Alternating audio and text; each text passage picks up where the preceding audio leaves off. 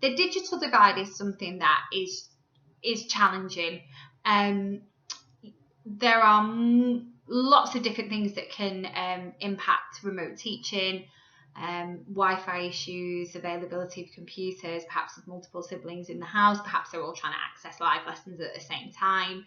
And I think as teachers, we like control, we like routine, we like that structure, and sometimes when things are out of your hands, that can be quite frustrating. I think something that we've done quite well as a school is make sure that we have constant communication with the students.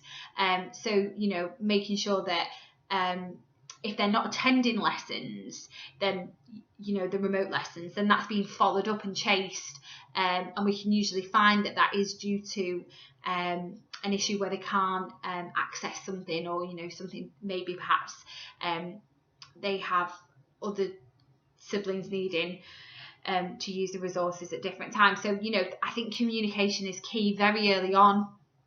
Our senior leadership team were quite proactive in asking students, could they access a computer? How was their Wi-Fi at home? They were quite proactive in that. And I feel like that was really helpful because it allowed us to identify those students who perhaps needed work sent home to them, or perhaps needed to access things in school because they didn't have access to remote learning at home.